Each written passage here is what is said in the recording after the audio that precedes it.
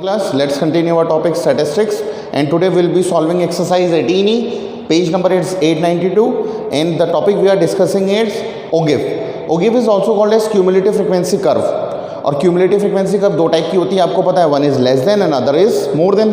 अच्छा, इसका जो पेपर में क्वेश्चन बनता है वो तीन टाइप के क्वेश्चन बनते हैं.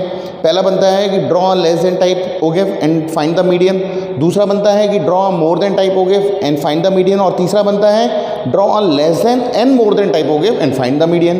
तो less than OGIF we have discussed in the previous video. Today we are discussing more than OGIF and the question number is question number 3. Question says that draw a more than type OGIF for the data given below. अब इसमें हमें median नहीं निकालना, हमें सिर्फ मोर than OGIF बनाना है. ठीक है, तो ये हमारा क्वेश्चन है. 0 to 10, 10 to 20 an frequency is given as. अच्छा, मैंने आपको बताई थी एक चीज़ कि जब भी OGIF बनाना होता है या जब भी क्यूमुलेटिव फ्रिक्वेंसी बनानी होती है तो आपको एक चीज़ याद रखनी होती है. जैसे सपोज़ मैंने बनाया 0 to 10 और 10 to 20.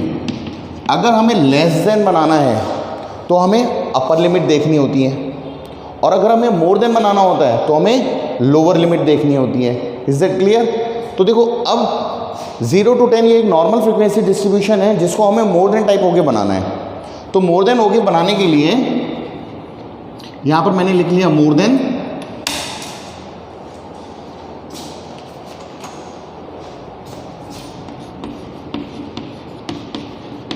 ठीक है, अब देखो मोर देन 0 आएगा कि मोर देन 10 आएगा. मैंने बताया था मोर देन में हमेशा हमें लोअर लिमिट देखनी होती है.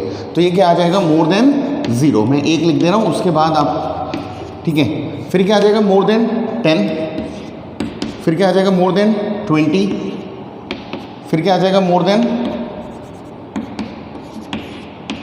30, फिर क्या आ जाएगा मोर देन 40, फिर मोर देन 50, फिर मोर देन 60, फिर more than 70. Is it clear now? अच्छा, मैंने एक काम किया, मैंने आपकी क्लास में सब 52 स्टूडेंट्स हैं, मैंने सब बच्चों से पूछा कि 0 से ज़्यादा मार्क्स किसके आए हैं. तो क्या होगा, सब पूरी क्लास खड़ी हो जाएगी कि सर हमारे 0 से ज़्यादा आए हैं. ठीक है, तो देखो मोर देन 0 का मतलब ये जितने भी स्टूडेंट्स हैं वो सब 0 से ज़्यादा होंगे. तो देखो 0 to 10 वाले कितने हैं, 4. तो 0 से ज़्यादा वाले कितने होंगे भाई, जो 10 to 20 है वो भी तो 0 से ज़्यादा में लाई कर रहा है, जो 20 to 30 है वो भी 0 से ज़्यादा में लाई कर रहा है, जो 30 to 40 है वो भी 0 में लाई, मोर देन 0 में लाई कर रहा है. तो सबसे पहले हम इनका टोटल कर लेते हैं. तो 6, 4, 10, 10, 10, 20, 30, 40, 50, 55,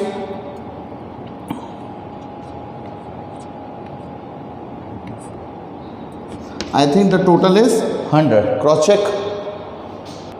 तो मोर देन 0 वाले कितने बच्चे हैं, पूरी क्लास खड़ी हो गई. तो मोर देन 0 वाले यहाँ पर कितने स्टूडेंट्स हैं, 100 हैं, तो 100 आ जाएगा. तो इनकी क्यूमुलेटिव फ्रिक्वेंसी क्या बन गई, 100. Is it clear? अच्छा, मोर देन 10, अब देखो 0 to 10 वाले कितने हैं, 4. तो मोर देन 10 वाले कितने होंगे, ये 4 माइनस हो जाएगा. तो 100 minus 4 is 96, 96 minus 6 is 90, 90 minus 10 is 80, 80 minus 10 is 70, 70 minus 25 is 55, sorry 45, 45 minus 22 is 23 and 23 minus 18 is 5. Is that clear? अच्छा, इसका क्रॉस चेक करने का तरीका क्या होता है कि जो क्यूमुलेटिव फ्रिक्वेंसी का लास्ट होता है वो सेम आना चाहिए. अगर आपका ये और ये गड़बड़ आ रहा है, इसका मतलब कहीं कुछ कैलकुलेशन में प्रॉब्लम हुई है. Is that clear? Have a look. Now हमने क्यूमुलेटिव फ्रिक्वेंसी डिस्ट्रीब्यूशन बना लिया नॉर्मल फ्रिक्वेंसी डिस्ट्रीब्यूशन का. अब हमें इसका क्या बनाना है, OGIF बनाना है. तो OGIF के लिए सबसे पहले हमारे पास पॉइंट्स होने चाहिए. तो पॉइंट्स लिख लेते हैं. देखो ये आता है x एक्सिस पर और ये आता है y एक्सिस पर. ये आपको मैंने प्रीवियस वीडियो में भी बताया था. तो ये पॉइंट क्या हो गया, 0,100. ये पॉइंट क्या हो गया, 10,96.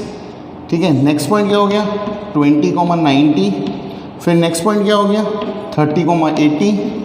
फिर उसके बाद क्या पॉइंट हो गया, 40,70. फिर नेक्स्ट पॉइंट क्या हो गया, 50,45. Next point is 60,23 and the next point is 70,5. अब हमें इन पॉइंट्स को प्लॉट करना है OGIF पर. Is that clear? So I am rubbing this part, क्योंकि वो बहुत छोटा है, वहाँ पर हो नहीं पाएगा. So I am rubbing this part.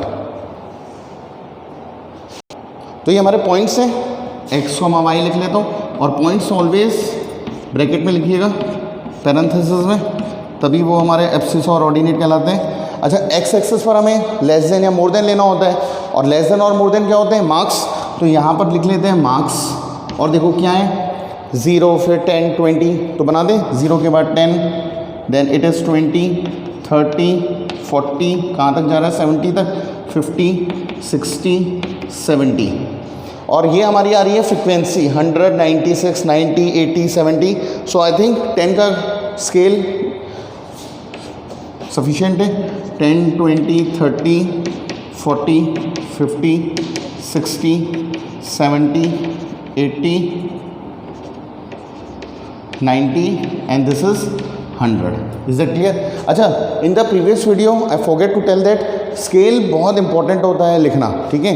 तो यहाँ पर मैं स्केल लिख दे रहा हूँ ग्राफ पर। स्केल ऑन एक्स एक्सिस पर मैंने 1 सेंटीमीटर को लिखा है 10 मार्क्स, और वाई एक्सिस पर मैंने लिखा है 1 सेंटीमीटर, मतलब 1 centimetre is equal to 10 number of students. Is that clear? मतलब जो इनपुट गिवन था I have written that input only. Now first point is 0,100। अच्छा, जो हमने लेस देन टाइप का ग्राफ बनाया था वो नीचे से ऐसे एस टाइप ग्राफ शुरू हुआ था, मतलब ये तो एक्सपोनेंशियल ग्राफ हो गया, नीचे से ऐसे ऐसे करके ऐसे शुरू हुआ था। मोर देन वाला ऊपर से नीचे आता है। पिछली बार बोर्ड में एक क्वेश्चन आ गया था कि ऐसे करके 2 ग्राफ गिवन थे, ठीक है, बताया गया था, पॉइंट्स बना रखे थे, पूछा था कि लेस देन ग्राफ कौन सा है और मोर देन ग्राफ कौन सा होता है। तो मोर देन ग्राफ हमेशा ऊपर से नीचे की तरफ गिरता है और लेस देन वाला नीचे से ऊपर की तरफ जाता है। Is that clear? तो अब हम बना रहे हैं मोर देन। तो पहला पॉइंट क्या है 0,100। सो this is 0 and this is 100, तो दिस पॉइंट इज 0,100, यहाँ पर मैं लिख दे रहा हूँ। Second is 10,96। 10,96 96 कहाँ होगा? 90 और 100 के बीच का जो होगा वो होगा 95, और 95 से एक ऊपर होगा 96। सो this is 10,96। Next is 20,90। 20,90, this point will be 20,90। Next is 30,80। 30 and this is 80, so 30,80। Next 40,70। 40 and this is 70, 40,70। Next is 50,45। 50 and this is 45 का आएगा, 40 और 50 के बीच में आएगा, तो ये हो जाएगा 50,45। Next point is 60,23। 60 एंड 23 का आएगा, 20 से 3 ऊपर, सो this is 60,23। And next is 70,5। 5 का आएगा, 0 और 10 का मिड पॉइंट 70,5, दिस इज 70,5। अच्छा, ओगिव क्या होता है? फ्री हैंड कर्व होता है, और मैंने आपको बताया था अगर मीडियन निकालना है तो 2 पॉइंट्स जो हैं स्केल से ज्वाइन करते हैं, और कौन से 2 पॉइंट होते हैं? n/2 वाले।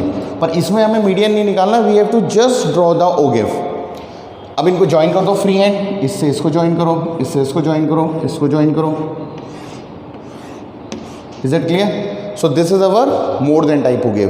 तो मोर देन ओगिव ऊपर से नीचे आता है और लेस देन ओगिव नीचे से ऊपर जाता है। Is that clear? बहुत बच्चे कंफ्यूज हो जाते हैं और एक एक नंबर का ये क्वेश्चन आ जाता है कि ग्राफ दिया होगा, पूछा गया है कि मोर देन ओगिव कौन सा है और लेस देन ओगिव कौन सा है। जैसे ये सॉलिड लाइन बना दी मोर देन की, और ऐसे डॉटेड लाइन बना दी लेस देन की। Is that clear? Have a look. अगर इसका मीडियन निकालना होता तो क्या करते हैं? तो देखो, हमें पता है फ्रीक्वेंसी का टोटल आया 100, तो हमें क्या निकालना होता है? 100/2। 100/2 कितना आ गया? 50। तो हम 50 से क्या डालते हैं? परपेंडिकुलर। तो 50 से परपेंडिकुलर डालते, तो ये 2 पॉइंट मुझे पता है कि यहाँ पर आ रहा है, तो मैं इन 2 पॉइंट्स को स्केल से बनाता। तो ये मैंने 50 से परपेंडिकुलर डाला, और ये जिस पॉइंट पर इंटरसेक्ट करता है ग्राफ को, वहाँ से नीचे परपेंडिकुलर डाल देते हैं। सो ये हमारा क्या आ जाता है? मीडियन। पर इस क्वेश्चन में हमें मीडियन नहीं निकालना है, we have to just draw the ogive, more than type ogive. Is that clear? पर मीडियन निकालने का भी कॉन्सेप्ट सेम है, चाहे लेस देन ओगिव हो चाहे मोर देन ओगिव हो। So that will be all for today, and for your homework you have to do question number 4th, question number 5th, question number 6th, question number 4, 5th and 6th. So that will be all for today. Thank you.